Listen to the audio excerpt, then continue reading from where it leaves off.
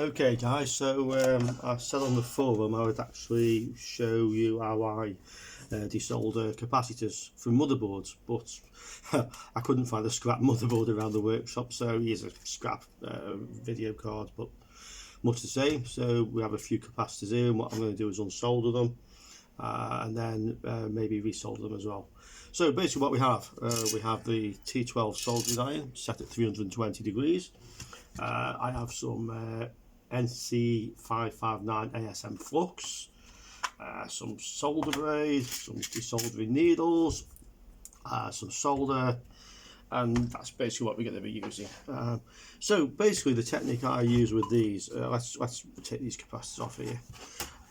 It's quite simple really. What I would normally do is first of all take some solder, just clean the iron there, and add a little bit of leaded solder to each of the legs. Basically what this does is it amalgamates, if I guess is the word, with the lead-free solder, forming an alloy of the two. Because the lead-free solder has a higher melting point and the leaded has a lower melting point, what this does is produces a mixture, an alloy, which has a temperature melting point somewhere in between. So basically that's reducing the temperature melting point. Okay, so what we're going to do now is quite simple, is to remove them. The way I tend to do this, this is a BC3 tip here on the T12, is I get a nice big blob of solder on the end of the soldering iron here, present it to both legs together, so I get a big blob of solder between the two, and this will actually melt both pins. I just pull it out of my finger. So there you go, from the other side. Onto the next one, just get across those two. Sorry, the next one's here.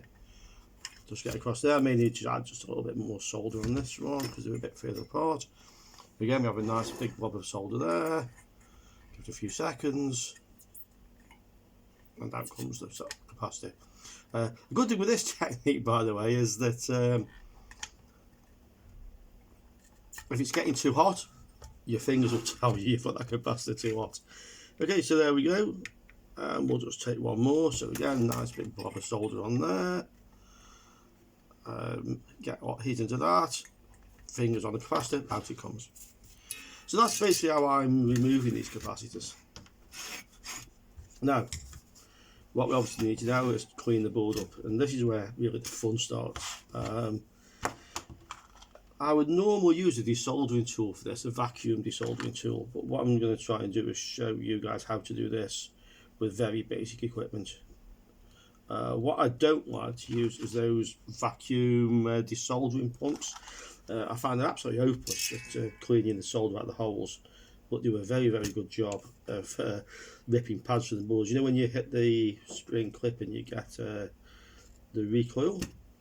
It's very, very good for raising pads off boards. So we're going to remove the excess solder off here first, so we see what we're working with. Let's get that, there we go.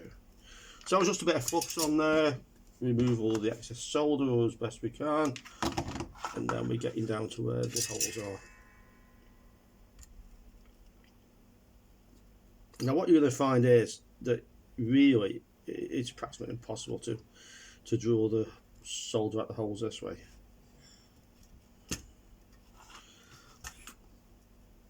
So yeah, I've got one of them. These bottom two have desoldered quite well, but these top ones haven't, and that's going to be because there's a large heat round plane here, so there's lots of heat required to clear that out. So let's see, and I hope this is videoing well, because I can't actually see the camera, so I'm not sure if it's picking up. But okay, so we have a desoldering needle, and you can see that's going through that one. So what I would do now is quite literally get some heat into the thing, at the same time try and push the desoldering needle through. This can be quite tricky to do, and you may actually start to understand here why often it's hot air is required for this sort of job. Well, hold on, let's try with the basic equipment we have. So yeah, that one's through. Let's try this one.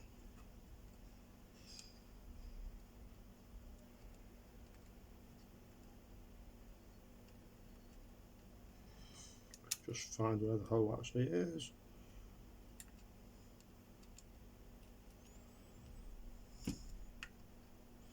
There are actually two holes here. Obviously this board's been made to take two different size capacitors. Yeah, this one's proving tricky.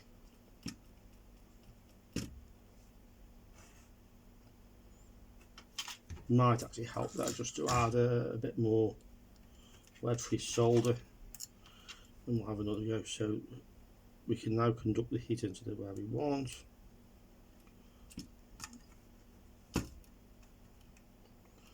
Yeah, it's not wanting to go through that one.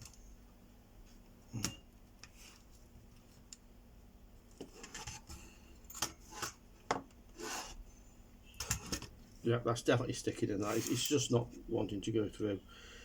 The reason being, basically, it's just very difficult with this soldering iron to get enough heat into the job to do it. Yeah.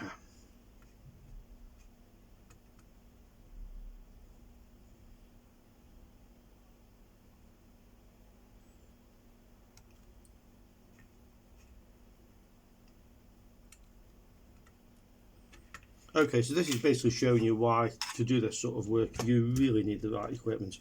It's very, very difficult to work on these sort of boards like this. So what we're going to do is now we're going to try another method, which is to use hot air. I'll just switch some equipment on here. So again, I'm going to add a little bit of solder to where the holes are.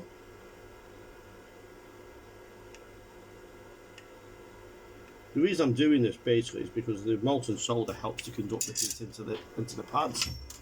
So let's get hold of the hot air. So soldering iron, I forgot to say, was at 320 degrees. I've got the hot air here at 450. And we're going to try again. So basically heat up the area.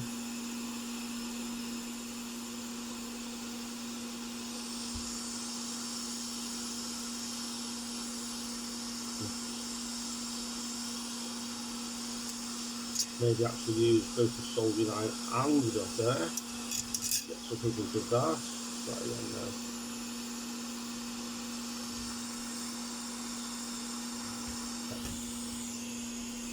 So that one's through.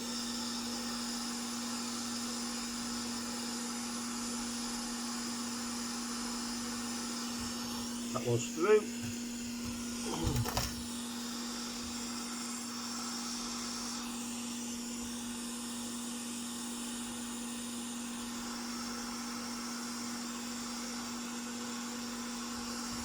Through. That was through. That was through.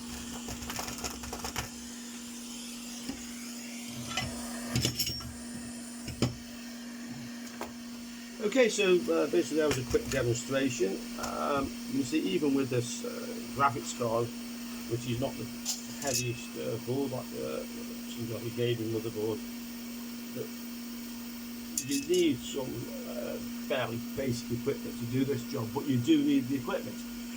You can see yourself that with the hot air, I could clean out those holes with a soldering needle. With just a soldering iron, I have having no chance at all. All you're going to do is you're going to damage the boards, lift pads and such like. Once the capacitors are out, it's all a little bit easier. I should now be able to clean the remaining excess solder from these pads quite easily. Yeah, there we go. Without the solder filling back into the holes. There we go. So, okay, there you have it. Hopefully you can see that. They're all nice and clean. I've just dropped the soldering needles on the floor. Okay, so they're all nice and clean. I can push the soldering needle straight through these now. Well, into the right hole. Right there. And so on. So basically this board now is ready to fit replacement capacitors, and the job is done. Okay, so there you go. Hope maybe at least some of you beginning this learned a little bit from that, and good luck to you. Cheers.